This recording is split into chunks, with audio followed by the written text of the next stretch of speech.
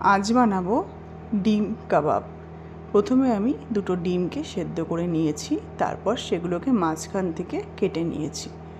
অন্য একটা বাটিতে হলুদ গুঁড়ো, ধনে গুঁড়ো, লঙ্কার গুঁড়ো, পরিমাণ মতো নুন, সেজওয়ান চাটনি, আদা রসুনের পেস্ট আর মেয়োনিজ, এইগুলোকে আমি একসঙ্গে বাটিটার মধ্যে নিয়ে খুব ভালো করে একটা ব্যাটার তৈরি করব।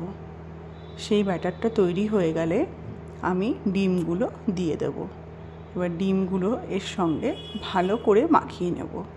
এরপর আমি মাইক্রোওভেন স্ট্যান্ডে ডিমগুলোকে সুন্দর করে সাজিয়ে নেব।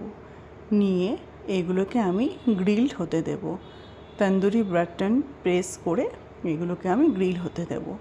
আমি মাঝখানে একটু ভালো স্বাদের জন্য ডিমগুলোকে বার করে চিজ দিয়েছিলাম, পরে মেয়োনিজ দিয়ে পরিবেশন।